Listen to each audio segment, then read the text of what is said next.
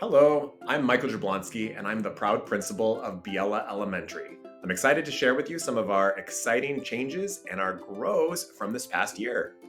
Our mission is all about being inclusive and teaching people how to accept others and treat people with kindness. At Biella Elementary, we celebrate diversity and individuality, and this has been a driving force in some of the big changes that have happened in our program in the last year. Our staff grew. We have a TOSA, we have a full-time restorative specialist, and we have a number of other faces on site to support some of our new student programs. It's been really exciting having a bunch of fresh faces. All in all, there's 78 people involved in the Biella Elementary experience. This year, we started 3 new ESN classrooms on site. These are classrooms that have a high staff to student ratio with students who have a more intense need. All in all, our ESN and our inclusion students are making up 14% of our program. This is in addition to our RSP students. Special education has become a site priority and a value.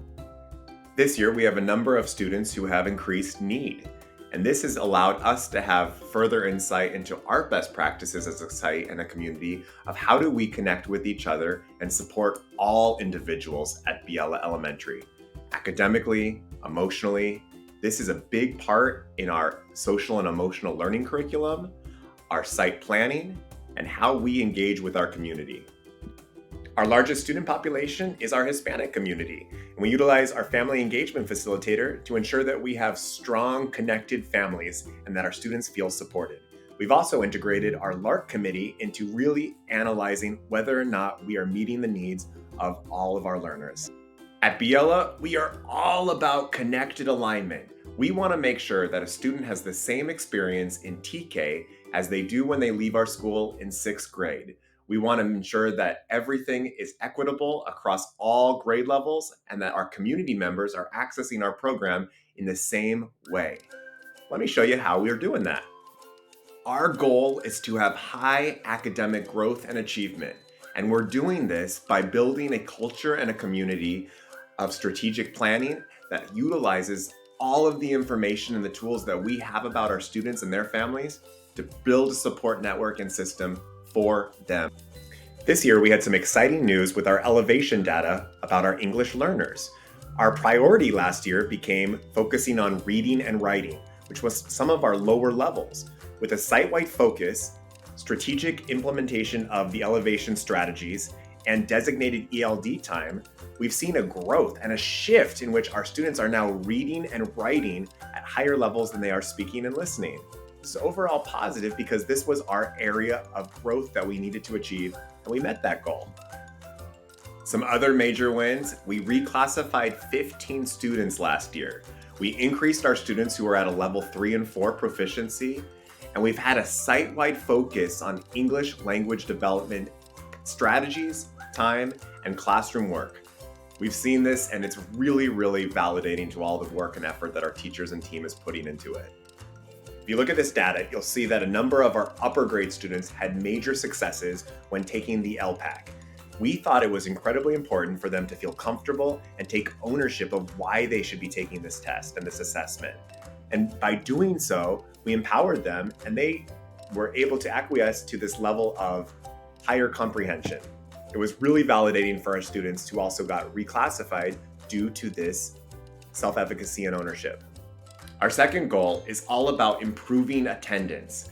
Right now, we have one of the lowest attendance rates in the district. We recognize it, and we're trying to make big effort to change that.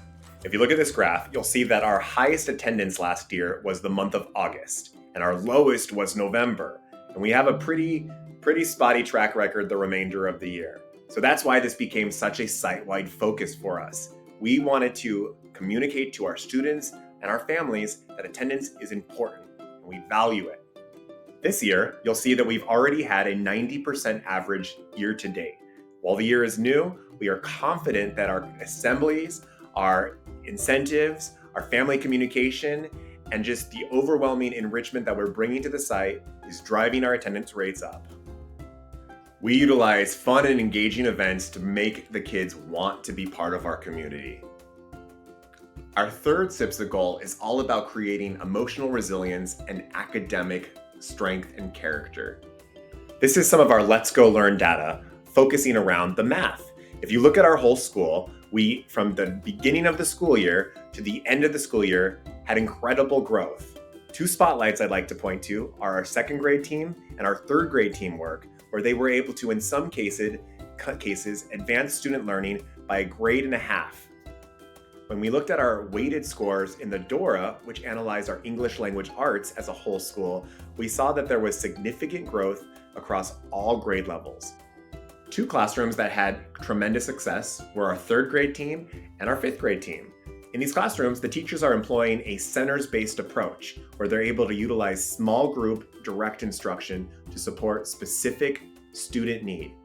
We saw how it worked. Here's a bigger school picture that shows trimester 1, 2, and 3 for all grade levels. You'll notice that in all cases, students were making growth. Last year, we noticed that a number of our students had low self-efficacy based on their Youth Truth and their Panorama surveys. So we asked our kids at the end of the year, how hard do you try in class? And a majority of our kids by the end of the year were saying, I try pretty hard. I give it my best shot. And their data for their homework and their classwork completion matched that. Over the past year, we've been working hard to build up our community and create an environment where students feel accepted, resilient, and able to do their best. And we're seeing that reflected in our academics across all grade levels. We have 3 guiding principles at Biella: be safe, be respectful, be responsible. And these guide our entire mission and our vision for our students and their families.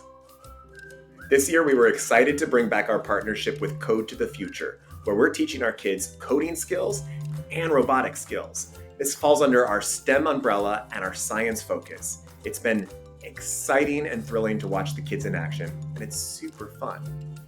We're also partnering with Kids Cooking for Life, a Bay Area program that teaches healthy habits and skills in the kitchen. For 8 weeks this fall, we're having groups of students learn how to prepare food, how to identify ingredients, and how to get their way around a kitchen. It'll be really fun to see. We're also lucky to be designated a SEEK Pathway School.